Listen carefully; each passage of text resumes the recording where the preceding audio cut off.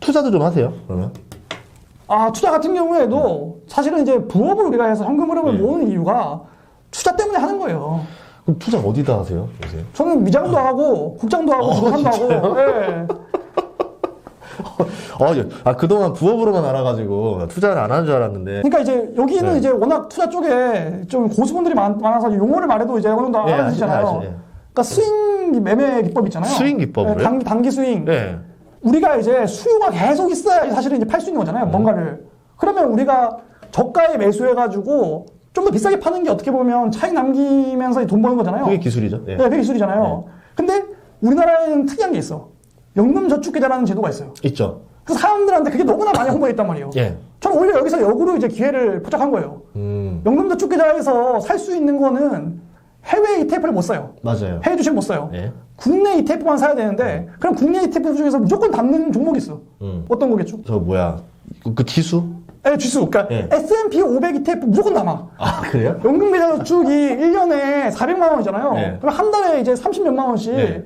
적립식으로 그냥 이제 매수가 안 보고요. 예. 담는 분들 인구가 정말 많아요. 예. 우리나라에. 그러면 이거 계속 사주는 수요는 계속 있는 거예요. 미국 주식을 담는구나. 네, S&P 500 ETF 같은 경우에 담는다는 거죠. 국장에서. 그러면 이제 애초에 이 국장이 접속을 많이 할 필요가 없어요. 하루에 한두 번만 접속해가지고 S&P 가격을 보는 거예요. 그러면은 미장 마감했을 때 딱 그거 체크하고 우리나라 시작하기 전에 그때 한다는 거예요? 고르면 베스트인데, 고르게 하면 귀찮아, 이 사람들이. 예. 예, 이분들이 이제 그러기에는 이제 시간이 귀찮으니까요. 왜냐면 점심시간 이용해가지고 국장 어플에 한번 접속해보는 거예요. 예. 뭐 증권사 많잖아요. 그랬을 때 S&P 500이 오늘 가격이 얼마인지. 예. 근데 엄청 비싸. 그 다음에 이제 일별 가격 조회가 가능하잖아요. 3개월치를 보는 거예요. 3개월치 기준으로 오늘이 비싸다. 안 사면 돼요. 그러니까 저 같은 경우에는 이제 빨간 날은 안 사요, 애초에. 접속을 안 하지, 아예. 근데 이제 파란 날. 예. 얼마나 파란가를 봐야 돼요. 그 3개월치를 비교했을 때, 생각보다 3개월 안에 엄청 떨어져 있다.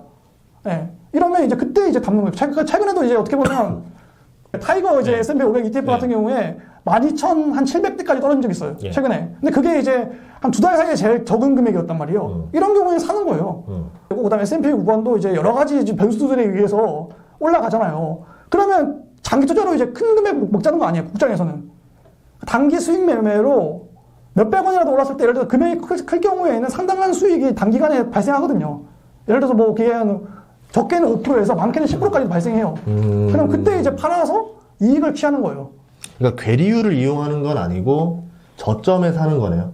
애초에 저점에 사가지고 조금 올랐을 때 파는 방식으로 했을 때 되게 심플한 방식인데 이 방식이 좋은 점이 뭐냐면 시간 투자를 많이 안 해야 된다는 거예요.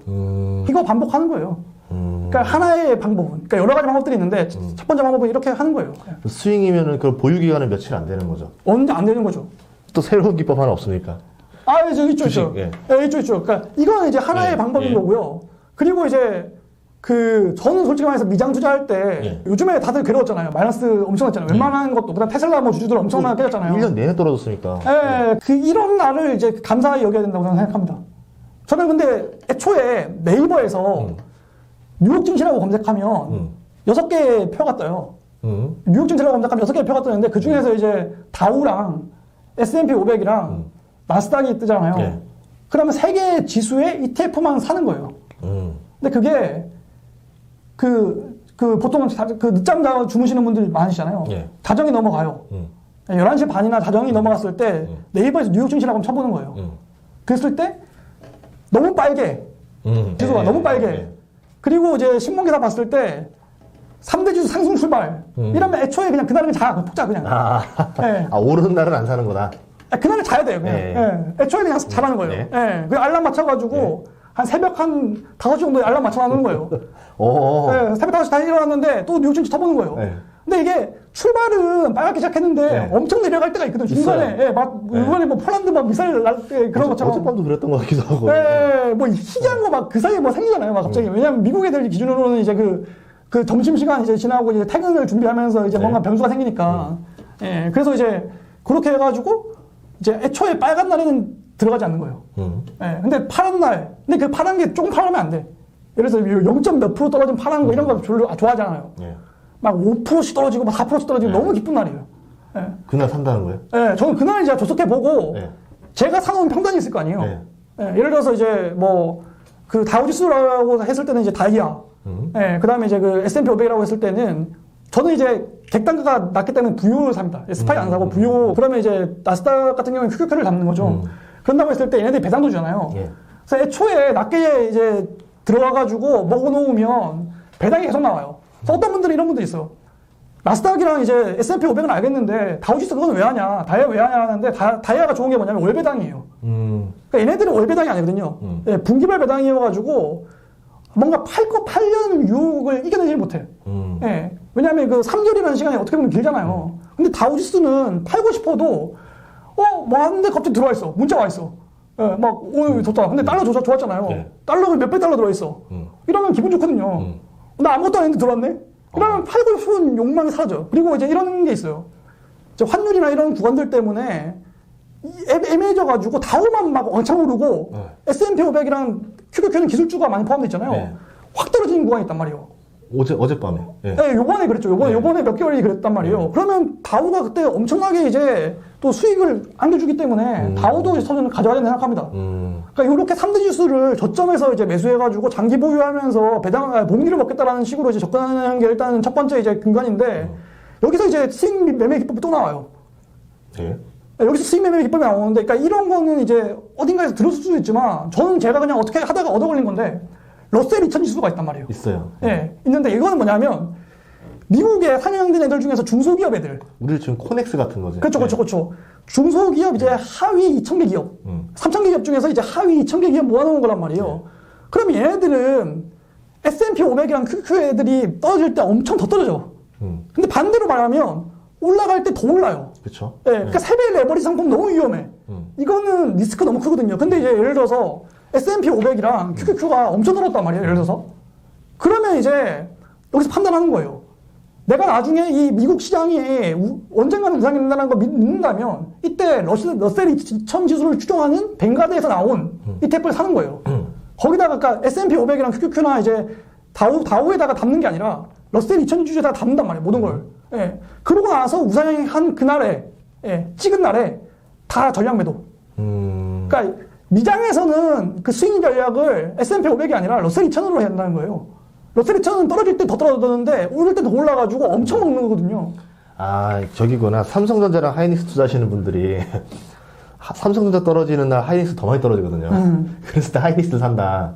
반대로 이제 오르는 날은 하이닉스 더 많이 오르니까 이제 단기로 이제 매매 차익을 노릴 때는 이런 전략을 쓰는 거예요. 예, 근데 개별 종목 같은 경우에는 변수가 더 커요. 네, 그쵸. 예, 변수가 더 큰데 이제 이 지수 같은 경우에는 변수의 비중이 훨씬 더 적고 러셀은 확실히 그 도표들을 보시면요.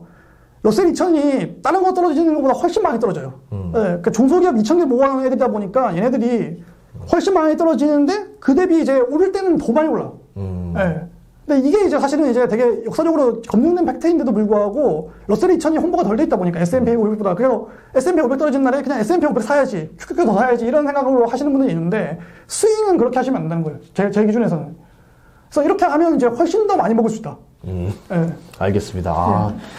주식을 이렇게 하는 것도 있었구나. 네, 그러니까 장기 투자는 미국 3대 지수로 장기 투자를 하는데 저점 매수를 하면서 평단 낮추면서 스윙은 국장에서는 이제 S&P 500 ETF 이용한 방식의 이제 스윙. 그 다음에 미장에서는 러셀 2000 지수 ETF 이용한, 그러니까 뱅가드에서 나온 거. 예, 그거 이용한 방식. 요거 이용해가지고 하면 상당한 양의 돈을 단기에 벌 수 있다. ETF, 그러니까 지수 ETF네요, 거의 다. 예. 또 다른 또 재테크 다른 쪽 영역도 있으세요? 예, 저 같은 경우에는 이제 뭐 주식도 하지만 이제 부동산도 이제 하고 있는데 부동산 같은 경우에는 사실은 내년까지는 사실은 그냥 안 하는 게 답이라고 생각합니다. 예. 왜냐면 고금리 시대고 금리가 인하되기 전까지는 부동산을 매수했을 때 큰 장점이 없어 보여요. 예. 그래서 지금은 이제 부동산은 사실은 신경 끄고 사시는 게 답이지 않을까. 그렇죠. 부동산 다들 어둡게 보더라고요. 그럼 반대로 금리 인하가 되면 펑은 안 돼요. 펑은 안 되고? 네, 펑은 안 되는데 왜냐면 그게 코로나 같은 유동성이 없을 거 아니에요. 펑은 안 되더라도 상당히 괜찮다. 그래서 이제 예금 금리 같은 경우에도 지금은 5%까지도 가고 말이잖아요. 근데 그게 이제 언제 다시 올까라고 생각했을 때 정말 오기 힘든 이제 그 이자율이 아닐까, 예, 이런 생각을 하고, 그래서 나중에 뭐 그 드라마 같은 거 나오겠죠. 야, 나 때 그때 5%였어, 이러면서. 예. 예, 그러면서 이제 또 한 번 이제 그 자산의 어떤 이제 그 가치가 다시 또 이제 괜찮아질 때가 온다. 그래서 주식 쪽이 어떻게 보면 부동산의 선반영이기 때문에 주식이 먼저 좋아질 것 같고요. 코스피 쪽이. 그 다음에 코스피 쪽이 좋아지는 이제 시그널이 느껴지고 금리가 이제 인하된다. 이런 느낌이 들면 저는 부동산도 상당히 회복될 거다. 그 다음에 이제 정부 입장에서도 엄청 오르는 것도 좋아하지 않지만 엄청 내려가는 것도 이 사람들 입장에서 부담이 되거든요. 그쵸. 그래서 이제 그 규제를 계속 완화하고 있잖아요. 네, 그런 것들이 복합적으로 작용했을 때 24년 하반기부터는 조금씩 거래량이 늘어나면서 전체적으로 이제 순탄하게 회복되지 않을까. 그렇다고 뭐 그때 말씀하신 것처럼 뭐 코로나 때처럼 뭐 확 튀어지고 이런 건 아니더라도 예, 적당한 이제 반등과 회복은 될 거다. 채널 하나 더 만들어야 되는 거 아니에요? 투자왕 절약이라고. 서브 채널 하나. 아, 제가 대학원 전공도 사실 부동산입니다. 아, 진짜요? 네. 그러니까 저는 근데 이제 지금 네.